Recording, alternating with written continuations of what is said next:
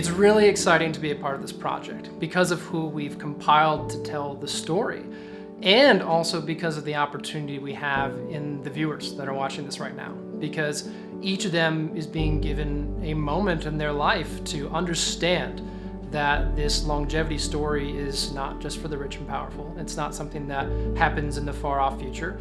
It's actionable now. And sharing that story and even hearing back from people who've had their moment of, aha, I can do something about my health. I don't have to get sick as I get old. Disease is not my destiny. I can make the lifestyle changes and the habitual changes that I need to live a long, healthy life now, and that will deliver on that for me. That's a powerful message. And once you start to understand, hearing from all the experts that we have on this series today, is that we have this tremendous longevity future ahead of us with technology that is moving the needle in how long we can stay healthy, and likely in our lifetimes, how long we can actually live.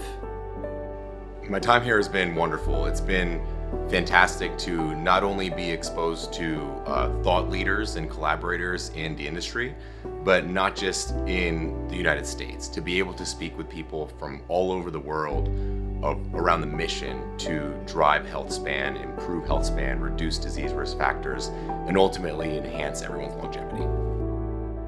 My experience these last days with the experts and the crew, it's just beyond everything I imagined.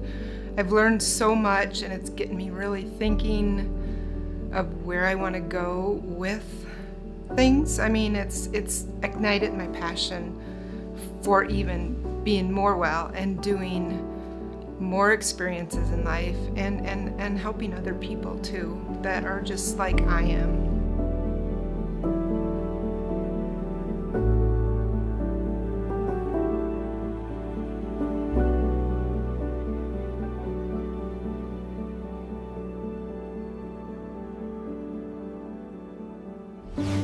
You know, Nick, before we start, I have to say this is my very favorite set of all the places we recorded here. The green screens have gotten so good that I can't even tell that it's fake.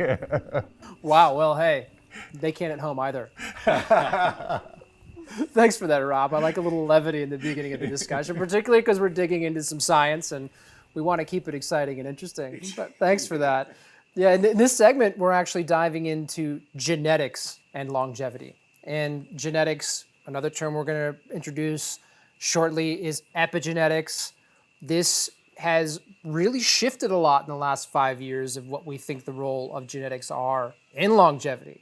And in the common discussions amongst most people, you'll hear them referring to having good or bad genetics in their family. And that can often be quite determinate in their mindset. But we're really understanding that genetics only play part of the role. It's not actually even a major role. We're going to move into discussing some more details around that. And to begin, I want to turn to you, Rafid, and talk first about genetics. We can test our genetics. We can sequence the genome. And there's a lot of consumer at-home testing kits that can be used. You can use them in the lab. Talk to us about the basics of what we're learning about genetics.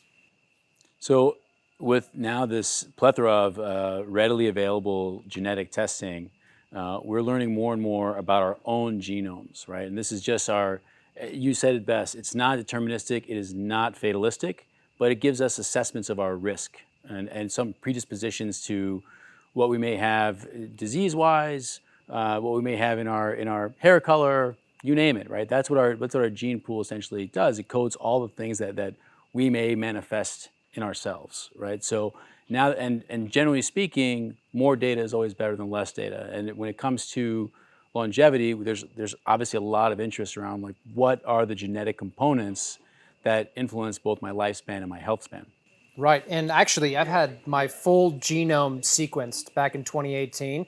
Cost just over $1,000 at the time. Back in the late 90s, we had the first genome sequence. It was a big project led by Craig Venter. I think it cost $1 billion to do that. Now we're getting genetic test kits at home for a few $100s, and this has really moved the needle in terms of the accessibility of that data.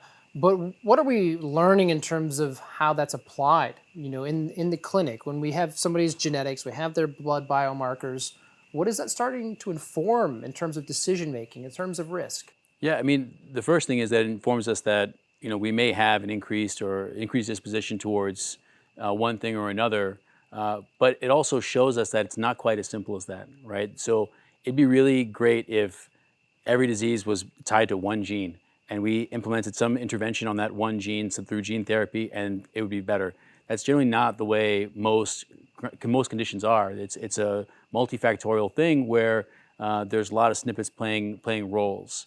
So that's kind of elucidated the picture overall. But more to the point about longevity is that we understand now that, yes, certainly there's predispositions, but again, it's not fatalistic. Just because you were born a certain way doesn't mean that you are absolutely going to manifest X, Y, or Z. That's just not the case. There are certainly some predispositions around certain genes. ApoE is one, FOXO3 is another, just to name a couple. But we are understanding now that the genetics really manifest, if at all, later in life, right? We're talking like after the 7th or 8th decade of life. Really, up to that point, the main driver is more your lifestyle, right? And then we see that also with, you had mentioned about, I have good genes in this family, that kind of thing. That's a common muddy water area, right? Because yeah, this family may have a lot of people who live, historically much longer, or maybe have a good health span, but very likely that household probably has the same lifestyle, right, or very similar lifestyle as to one another who are in that same household. So for us to kind of blanket say, oh, genetics are driving this, it's a bit oversimplifying. But again, more data is always better than less, but you have to look at it in the context of the overall picture. Yeah, that's such a great point. I mean, the take-home message for me is, there's a joke about if you want to live for a long time, pick your parents or your grandparents. But it's really, it's not that simple. And other than a few genetic diseases, for most of us, what's going to determine our longevity is not really the genetic factors that play the major role, but it's our lifestyle and the choices we make. So that's very empowering because we're in charge and we get to control the factors that affect our longevity. Right, and this lifestyle component, we're going to move on to talking about that in more detail because it influences a different part of the genetic picture. But before we move on to that, there's been a few really powerful examples in the media over the last 5 years around certain variants in the genome. The BRCA gene, Angelina Jolie having the double mastectomy. Another really interesting one was Chris Hemsworth revealing on a docuseries about longevity that he had that risk for Alzheimer's and the ApoE4 variants that he carries. These sit in our mind and often could feel like they're deterministic, but they tell us something different. They tell us about our risk. Exactly. Again, I'm going to say it for a third time because it bears repeating. It's not fatalistic, right? These are just risk factors. And we responsibly have to modify our lifestyle, our behavior, our vigilance and surveillance of those conditions to make sure that we're mindful of them and we're taking all the precautions that we can to make sure that's not our destiny, right? And that can include supplementation. It can include, different pharmaceuticals. It can include just more vigilant monitoring, right? So, and I'll give you an example. I've got a predisposition towards chronic kidney disease. And so for myself, I'm very mindful about what I'm eating in terms of like my protein intakes. I'm thoughtful around my creatinine levels, monitoring my kidney function on a regular cadence. So taking the steps now to make sure that that's not the future for me, because that's not the future that I want. That's a really great example, and I really appreciate you sharing that. I have a similar one in that my genetic risk for macular degeneration is actually higher than average, much higher than average, and I know that I need to be looking after those carotenoids, those things that help my eyes stay healthy, and again, adjust my lifestyle in response to that. And we've heard the number on this set of around 80%. There was a bit of a pushback from you, Rob, in terms of 80% of it's actually about lifestyle. It actually might even be a little bit more than that. Yeah, the study I like to quote is one from Calico, which is one of the large alphabet longevity companies. They did a study a few years ago where they got data from 23andMe where they had almost 400,000 people and they looked at the genetic impact on longevity. And instead of 20%, they found it was closer to 10%. But either way, it's a fairly low number that genetics absolutely determine our longevity. There are so many other factors at play. Right, with the primary ones again being those lifestyle factors. And this is something we're beginning to understand is actually wrapped up in the expression of the genome by the epigenome. So now I'm introducing another term, the genome being the ATCG combination in their DNA. I think my full genome sequence file was 6 gigabytes. It's a lot of information, but most of that's not used. And the part that is expressed is determined at the cellular level by our epigenome. And Andrea, I'd like you to introduce this concept because it's going to be really important moving forward in terms of continuing the discussion about longevity and genetics. Yeah, sure. So our genes are just the book with all the codes, and we can read this book. But how beautiful is it that you can actually choose what page you're going to read. So think every page is one gene you need to be expressed to make a protein, for example. We can now determine if that gene is being switched on or off by being methylated. So we have the genome and there are methylation spots on it. Independent of where these spots are, we are using our genes, so we are reading the book of codes or we are not using them. And it's so nice that we now learn that we can not only measure it, but we also learn where these spots are and what that means. So expressing a gene or not expressing a gene. So you might have a not so favorable gene, but there's a spot on it, and therewith you are not transcribing it, you are not reading that page. And that's being determined, for example, by lifestyle. If you are physically active or not, what kind of food you eat. And now we can measure the epigenome, at least in 800 or now, since a couple of months, 940,000 sites of our genome where the methylation spots are. And that's being measured, and out of that, we now established epigenetic clocks. So it's a biomarker of aging, so clocks determine how old you are.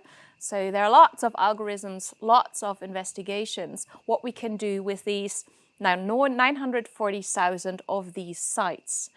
And roughly 10 years ago, the first epigenetic clocks were built. And so looking where these methylation sites are, predicting how old somebody is. So you might think, okay, why do I have to predict how old I am?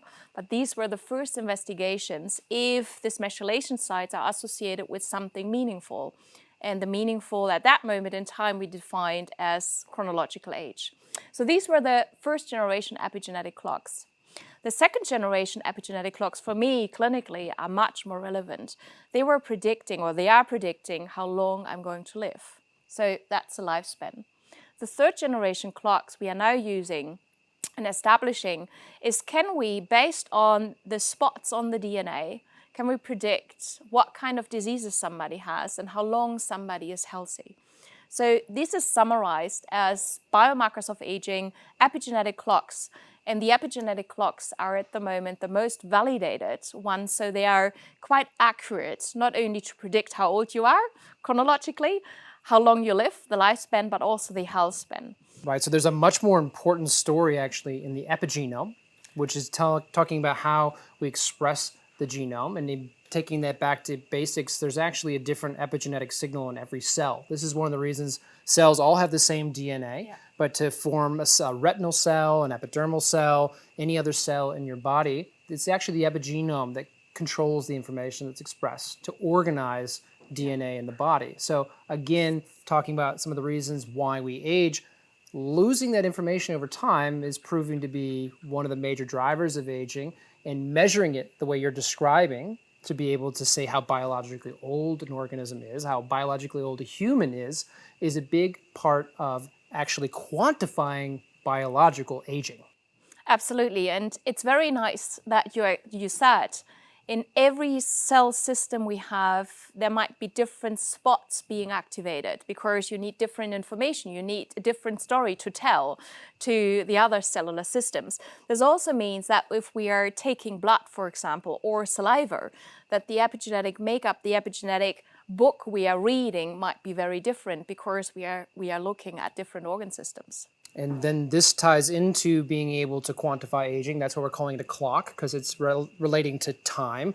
And one of the more exciting pieces of the longevity puzzle that's recently been starting to be solved is that we can understand, again, aging through the epigenome, the risk for disease as we age through the epigenome, but also, very interestingly, we can change it. Absolutely. So here again, biomarkers of aging come in because a biomarker of aging should now measure how old you biologically are. But secondly, which is more important, if the intervention we are giving, if that's effective. So if you are quite sedentary at this moment in time, we would measure the epigenetic clocks. We would measure how biologically old somebody is. And then moving from a sedentary stage to a more active stage. And then we would expect that also the epigenetic clocks, they are moving towards a lower biological age. And now there are the first incidences of research showcasing that if somebody implements these kind of lifestyle interventions, that also these clocks are responsive, which means measuring how lower the biological age is. And I think this is fantastic because for us clinicians, it gives now the opportunity to measure the effect of interventions. Okay, and it reminds me of the discussion that we had earlier around health span, because in health span, that discussion, we identified physical activity, sleep, stress and anxiety. We even mentioned mindset as these big factors for improving health span. This is really starting to line up with the epigenetic clock picture as well. And you've mentioned just one example, but we can change other knobs in the list I just mentioned as well and change our biological age. Yeah, here's an example that I like to use is that how our genes are fixed, but our epigenome, we can be modified with lifestyle. So we all have genes that control clotting, how our blood vessels clot. And those are of survival value. If we're attacked by a lion or something, we start bleeding, we need those clotting genes to be in effect. And now if I have this clotting gene, it's turned down, it's not on very much, I'm in a normal lifestyle, but then I start getting a lot of stress. Not the acute stress that's good and hormesis, but maybe chronic stress with my job and everything. That epigenome now turns on the clotting gene, and suddenly my blood becomes more and more able to clot, and my coronary artery develops a clot and I have a heart attack. And that's how the environment, the stress, can manifest with different expressions of the genes through the epigenome. Okay, and so gathering that picture together, I've mentioned in the biohacking segment that I actually have improved my biological age. Now, I chose a really important word there. I said improved. If I were to say I've reversed my biological age, I'd love to hear what each of you think about that statement. Rafid? It's a loaded statement. Semantic. Yeah. So I mean, when we talk about reversal, I think we get into the semantic area and it can be a bit gray. And the reason I say this is it's reversing it to what, right? Like, what's your end goal? And we were kind of joking about this off to the side earlier. Is that if you're reversing it, there's to age 5, age 10, like you can drive that argument to an extreme. I think improving it is more of a reflection of not just the outcome that you're driving for, but also the inputs, right? So when we talk to our patients, it's about the optimal lifestyle habits that they develop, optimal nutrition, and all that stuff can layer on, as we're discussing, to improve your biologic age, but it's improving it, it's not necessarily reversing it. And so the word improvement to me is actually more accurate because it's more of a reflection of the inputs. And that's a question I have. I'd love to get your input on it. With biological age, when they came out, you take a 50-year-old or a 60-year-old and they do their chronological age, of course, is 60 years old, but their biological age may be 50 or 45 once they do these lifestyle changes and diet and exercise and everything. But to your point, we can't keep going back, can we? I mean, it seems like there's a window of 7 to 15 years that people can optimize with their lifestyle and all, but we don't see people rewinding 40 years. We don't see people rewinding into their 20s necessarily, unless they start when they're 30. So it seems like these biological clocks, at least in my reading of the literature, we can only back them up a little bit, and it's not like we can just keep rewinding, right? Or what's your take on it? I think You are referring to populations being changed, so especially in research studies. On individual level, in clinical practice, we absolutely see that you can lower the biological age by 10 or 20 years. That's absolutely possible. If you imagine that these kinds of clocks are accurate. I just want to mention that we now have the X Prize. So the X Prize has the aim to lower the biological age of individuals by at least 10 to 20 years in the three organ systems, that's the immune system, the muscle, and the brain. So having the assumption that we can do it because otherwise we wouldn't have this kind of X Prize, I think it's absolutely doable. If we are measuring the right thing, that's, I would say, another discussion. But maybe you were saying we are improving. I would say I would like to improve to optimize. What is your optimal as you as an individual and how to achieve that? And I think that should be the goal and that should be measured by biological age clocks. No, I think we're getting, so I'm going to get really semantic now, right? In between improvement and optimization. Optimization implies incorporation of the outcome being the most optimal outcome. Yes. And when we think about lifestyle in general, and really it's behavior change, right? And so what we should be, our view is we should be rewarding and incentivizing those good efforts. Obviously, we want the good outcomes, and we hope that it translates into those.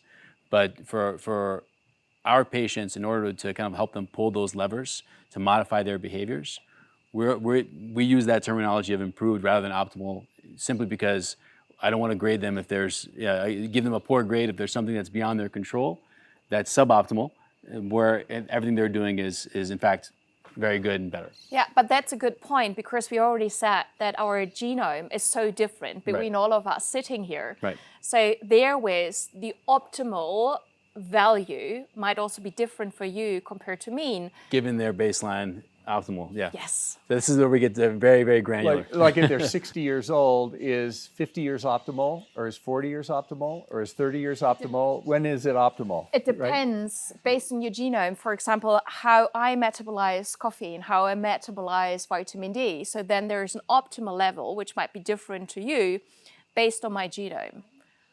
Then assuming that I do not change my genome at this moment in time, and that's not in what we can do at the moment. I think we're a bit early to get to the point of knowing what optimal is. Hence, I go back to saying, okay, it's net better, it's improved. But I think we're getting there. We're just not quite there yet. I think that's the way how to reach towards precision, healthy longevity medicine, to define that based on an individual level. If we think about actual opportunities to change the epigenome intentionally, we're talking about genetic therapies, for one, that's one example. We're actually starting to see some of those first genetic therapies be used for longevity. I'll put some air quotes around that for you, Andrea. And we're understanding how to interact with the epigenome. Rob, you've mentioned the experiments with the Yamanaka factors and being able to alter the epigenome. So where are we headed in the next 5 to 10 years? I mean, before we go to the future, one point to stress with the epigenome is that at the very basic level, we already can reprogram our epigenome with our diet, with vitamin D, with exercise, with lifestyle. So we shouldn't leave that behind. But that's just the beginning. As you're saying, there's a lot more stuff coming down the pipeline. I think we've had a good introductory discussion to how that health span ambitions, how those ambitions in health span are reflected in improvements in the epigenetic age. Are we 5 years, 10 years, 20 years away from making positive alterations intentionally to the epigenome? What do you think? We already do that intentionally if we are changing our lifestyle, but it's not intentionally on one CPG site. So we cannot really attack one side of the genome. And we're to say, okay, now this switch, I want to turn off or on the light, if you compare it with a switch. So, but what we know is that there are certain supplements, for example, alpha-ketoglutarate, which are really intentionally changing the epigenome, but across the DNA. So we do not find yet the switches, but maybe in the next coming 5 to 10 years, there are lots of laboratories working on it. But then still, I think it will be a huge number of switches you have to identify. And I think that will be very, very difficult. And it might also be difficult in certain situations because I'm now sitting here. I would love to have a little bit more adrenaline. So I would like to express some of my genes. So we even do not know yet how often and how fast I can switch off and on genes based on environmental changes, based on habit changes, based on whatever I'm exposed to with my body. So the near-term horizon sounds more about understanding this epigenetic picture and the ways we can modify that. We of course know the lifestyle factors are important, but you just mentioned a supplement. Yes. Where this might be the near-term horizon is Yeah, I understanding. think our understanding of the epigenome is so limited of genetics. I mean, we're just basically scratching the surface. I mean, even when I started learning about methylation and stuff, my assumption was, oh, as you get older, you add more and more methylation, and eventually it's aging. But it's not that way at all. As you know, there's no net difference in methylation between young and old, but it's just in different patterns. So it's an information pattern that's incredibly complex that we really don't understand yet. But through lifestyle and through some of these other interventions, we can program our epigenome in ways that we don't understand yet, but that will improve our longevity. And that ultimately we're now able to quantify or improving a biological age measurement. So perhaps the near-term future is actually more focused on these biological age clocks and improving their accuracy and personalization. So it's very important that we understand what the process of aging is, which is the accumulation of damage, which is not being repaired. And we're accumulating that. And that's the reason why we have wrinkles in our face, that our organs in our body, our beautiful body, are going to decline. And we now understand that the aging mechanisms are the risk factors for age-related diseases later in life. And we now understand why we age. So why shouldn't we intervene? Why should we just watch our face becoming more old and our organ systems to become less productive? So it's important to now understand that we understood the aging process, and that leads into interventions. But first, before intervening, we have to understand how to measure the biological age. Another great take home that resonated with me yesterday was again, back to the mindset issue that Nick was emphasizing, and how powerful mindset is in our longevity journey and health and wellness, and that if we don't have the right mindset, many of the other lifestyle choices that we try and implement will fail, and lifestyle is so fundamental. And just in general, the discussions have been very insightful, and it's not all that everyone is agreeing. It's we're sharing insights, we're sharing differences of opinion, and kind of the overwhelming theme is that we're all going to the top of the mountain. We may take different paths to get there, but we're all aiming for the same goals. And so having these conversations, having these debates about different aspects of the science is it's been really insightful and really refreshing to have these colleagues at your disposal. Just over coffee you can chat about cellular death, right? So it's been pretty interesting.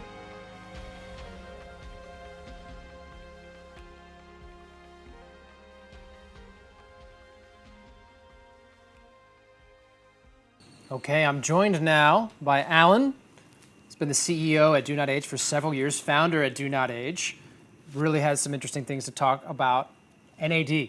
And Andrea grounding us in the scientific framework, as she's continued to do in an excellent fashion. We really need to talk about this because it's out there. It's in the community. People are asking about NAD levels, NAD+, NADH, trying to understand the terminology. It's the driver of energy in the cells. It's really important for longevity. Alan, give us an introduction to this concept. Sure thing. So NAD stands for nicotinamide adenine dinucleotide, and that's why we shorten it to NAD. It's responsible for several hundred processes in the cells. It's often referred to as the fuel for cellular processes. It's an easy way to explain it. And what we see is a lot of people getting benefits from boosting their NAD levels, because when we're young, we tend to have a lot more NAD, and then as we age, those levels decline steadily at first, and then they kind of drop off a cliff. And that's where we start to see some problems with age-related disease and so on. Okay, so NAD, cellular energy process. Andrea, it's a bit more complicated than just saying NAD, right? We've got this balance between NAD plus, NADH. What's going on there? Actually, we do not know so much in humans. We have data that NAD levels are going to decline with the aging process, but if you're really looking at the scientific data, we do not even often have longitudinal data, which means one individual is measured one time and the other time. And this is because of several reasons, and one of them is that it's quite complicated to measure NAD levels at all. Would you agree with that? I would, yes. And so we at Do Not Age.org have developed an at-home test kit that anybody can use to test their NAD levels at that moment in time. And we recommend they take it first thing in the morning because, again, NAD levels can fluctuate throughout the day as well, so you have to standardize the time. And that helps people to personalize, and we can give them recommendations of how much of an NAD booster they should take or what else they should do or whether they need to not take anything at all. Okay, so, and you just mentioned an interesting term, NAD boosting. We've mentioned NAD, we believe, tends to decline with age. Why is that important? What's happening at a cellular level that makes NAD so valuable, so important for a youthful state in the cell? So the way we tend to explain it is, again, is as the fuel. So if you have less fuel, if you don't have enough fuel in your fuel tank in your car, you're going to struggle to go anywhere. So it's a similar thing with NAD. But as Andrea said, we don't understand it 100% as yet. All we can see is that we have several 100,000 people boosting their NAD and reporting positive side effects. Okay, again, boosting the NAD, and there is some information, some idea we have around what that means at the cellular level, Andrea. Could you give us one or two examples of what increasing NAD levels in the cell might do to make it more youthful? So it's especially about mitochondrial function. So we really see in individuals who are a little bit older, who have not a very good VO2 max, for example. So really the exercise capability of the body. So mitochondrial dysfunction, that if we are boosting with NMN of NR, so there are several supplements to use, that we can increase NAD levels to really boost the energy metabolism of that cell, which might have positive effects also not only on cellular level, but on organismal level. Okay, all right. Now, we teased it a few times, and I don't want to leave the audience hanging. NAD boosting, you just mentioned NMN. Nicotinamide mononucleotide, yes. All right, there's another Yes. one, NR. Yes. Nicotinamide riboside, yep, that's right. Okay. And NMN is the most popular one, and I think that's the one that we've done in most trials with, and I think you're the same, Andrea. And it is the most popular. It was popularized by Professor David Sinclair. And like I said, a lot of people take it with a lot of benefits, but there's still a question over how much should I take, and I think it has to be a personalized approach, and this is why we have those NAD test kits. All right, and so there's also a bit of debate in the scientific community around NMN, NR, does NMN, make it into the cell, et cetera. But we know in randomized control trials that you've been a part of, Andrea, we know some interesting things about supplementing NMN. Yeah, so we tested in a randomized control trial, which means one group, if you have a group of individuals, one part of the group gets the drug, so in this case the supplement NMN, and the other one gets placebo, and we tested that in individuals who were healthy, roughly middle-aged, 50 years of age. For a couple of months we gave NMN, and the primary outcome was, okay, can we really see an increase in NAD levels? Because you already said, I think you were saying, okay, if we're giving a supplement, does it enter the cell, and can we increase the NAD levels? And the primary outcome was positive. So we were showing in the group who were getting 600 milligram per day of NMN and 900 milligram of NMN that they had a significantly higher NAD level compared to the ones who only get either placebo or 300 milligram. So we now know, you already mentioned, what kind of dosage to give to boost the NAD levels. What we were also able to show as a secondary outcome is that clinically meaningful parameters were positively influenced. So what do I mean? We measured the walking speed. So we asked individuals to walk 6 minutes, and we just captured the number of meters somebody was able to walk. So we are measuring the walking speed. And we also measured the quality of life. And both of these outcome parameters were positively influenced in the group getting 600 and 900 milligram of NMN compared to the ones who either got placebo or 300 milligram, which means that not only we showed that NMN might work clinically, but also that there is a dose-effect relationship. So the ones who only got 300 milligram had a little bit, but not statistically significant increase of the walking speed, but the ones who got 600 and 900 milligram. Which means, yes, we absolutely have to personalize. In a group level, we showed, okay, 600 and 900 milligram works, which also means maybe do not take 900 milligrams, just 600. And this is very important information. But we also looked at the NAD level change. So, and we saw a huge variation. So if I would get 600 milligram and you would get 600 milligram, our responses might be very, very different. So therewith, yes, I agree with you. We should measure NAD levels to really see, okay, does it work? Does it not work? However, what we also were able to show is that the effectiveness, the clinical effectiveness, was not dependent on the baseline NAD level, which means that we always have to measure it twice. So we have to measure first NAD levels, then giving that supplement and measure it again, and then having a greater response, so an NAD level increase, which then gives the more likelihood to have a clinically meaningful outcome parameter. So what you're looking at me, I think it's very complicated. That's absolutely true. So what I always also would advise, do not just take NMN, measure, but also seek advice of a clinician who really knows the field well. I love that you brought in that self-experimentation aspect, because of course I'm always advocating for that. Absolutely. I've used the NAD test kits. I've actually tried before and after data on NMN, NR, liposomal NMN, Yes. Epigenetic, a few different things. I actually didn't see my levels increase at the personal level. Now, again, I'm pretty young, I'm very active, and very healthy. But that personalization aspect really jumps in there. Now, versus Alan, I know you've had a completely different outcome. Yeah, that's right. So I take more than double what you were looking at in that study, and that's to get my NAD level to where I want it to. And again, it's very individualized. Yet we have a lot of our members that might only need to take 500 milligrams or 1,000 milligrams a day to get to where they want to get to. And sometimes they're a lot older than I am. So again, I think everybody reacts differently. And this is, of course, why we have the NAD test kit. Yeah, a little bit of caution here because we do not know what an optimal NAD level is. So the research is really not there yet that we can say, okay, this is optimal for an individual, because we cannot base it on anything at the moment. But this is such an exploding research field at the moment. There are so many studies at the moment out there and ongoing, and also observational studies to just see what consumers think and how they feel. I think it's very valuable. But I, as a clinician, would not even say, okay, I would know what optimal is. We know that if it's changing positively, NAD levels go up. That's very likely that's a positive thing, that it's not stabilizing.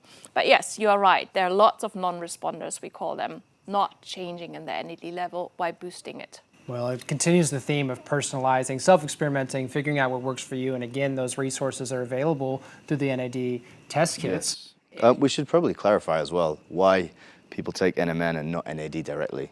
So the NAD molecule is just too big to be absorbed by the body.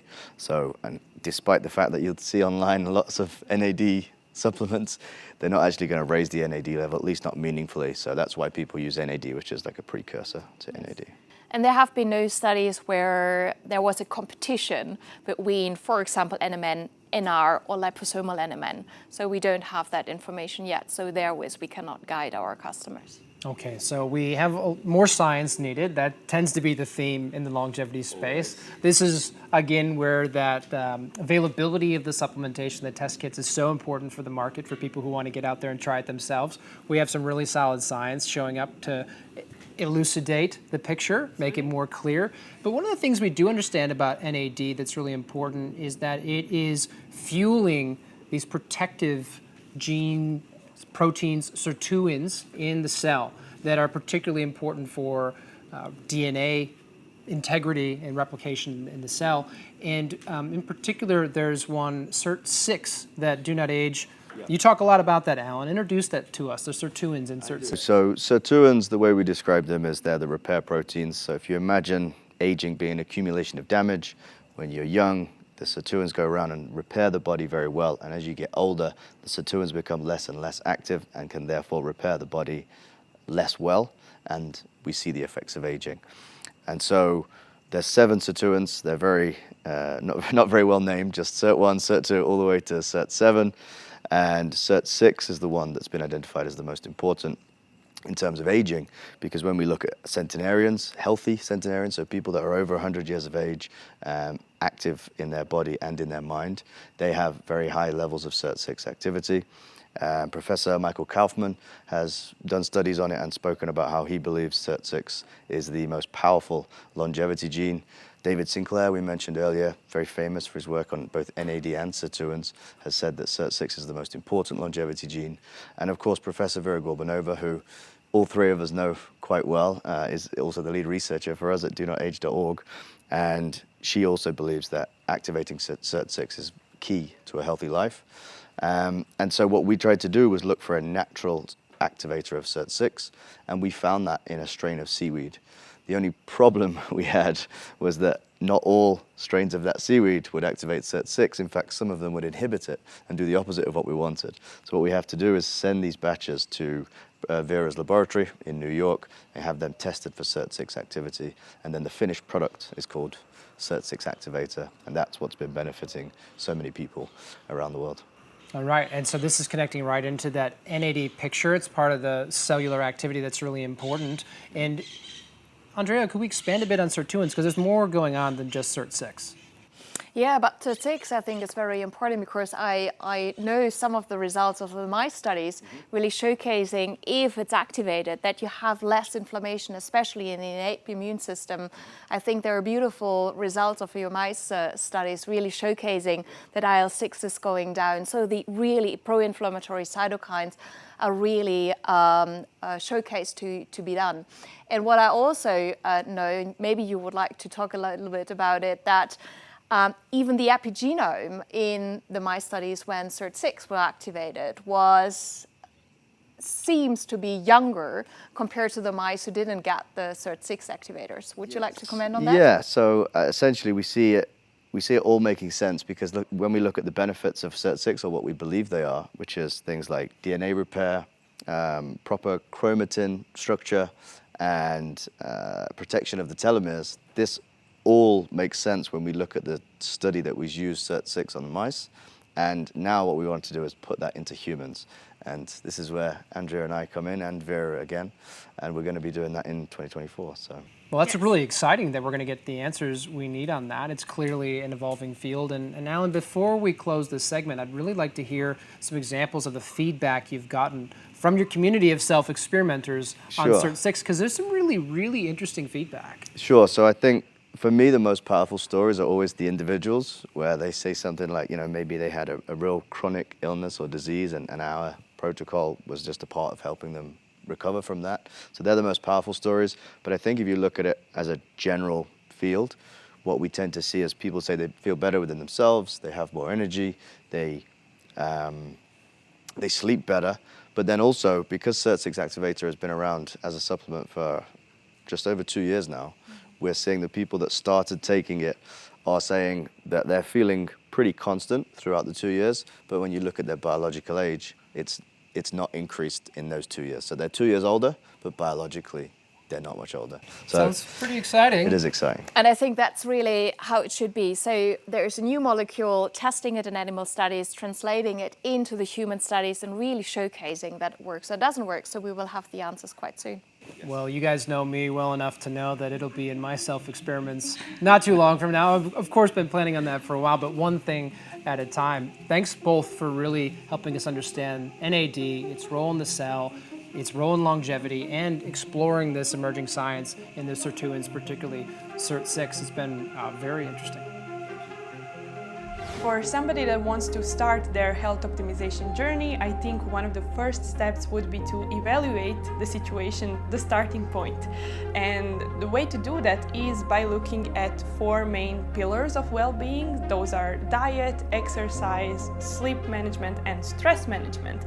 And typically what I see is that one of these areas is hierarchically above the others. So usually, for example, people are not sleeping well, and that kind of translates to bad dietary choices, lack of energy for exercising, and a lot of accumulated stress. For other people, they are highly stressed, maybe they're doing a very hard job, so that stress is causing them, not to have enough time for focusing on the diet, exercising, and so on. So finding this higher position and then first taking a few months to optimize everything in that area, that can cause a spillover effect a positive spillover effect to other areas as well. First of all, it was wonderful to hear all the opinions, but then you also see that we are a new field, the health longevity medicine, neuroscience. It's a new field with lots of approaches towards healthy longevity. So sometimes we disagree, and of course we already know that we can measure and we can intervene with our health longevity journey we have, and purpose is very important, but there are the tiny differences sometimes how far we should get and how much evidence we need to implement it into a person's life. So at that point in time I was nearly jumping, maybe we are not there yet to implement everything into clinical practice already, that we first need a little bit more research. The key insight that I think most people can walk away from, including myself, is that much of our health span is in our control. We can make minor modifications to our diet, to our exercise routine, to our sleep patterns in order to achieve really measurable results. That's probably the first thing. The second thing that I think is most important for individuals to remember is that longevity is inherently malleable. We can do equal damage to our body as we can do equal benefit. And it doesn't matter when you start. We can start today in a positive direction and end up with an extra 5, 10, 15 years of healthy life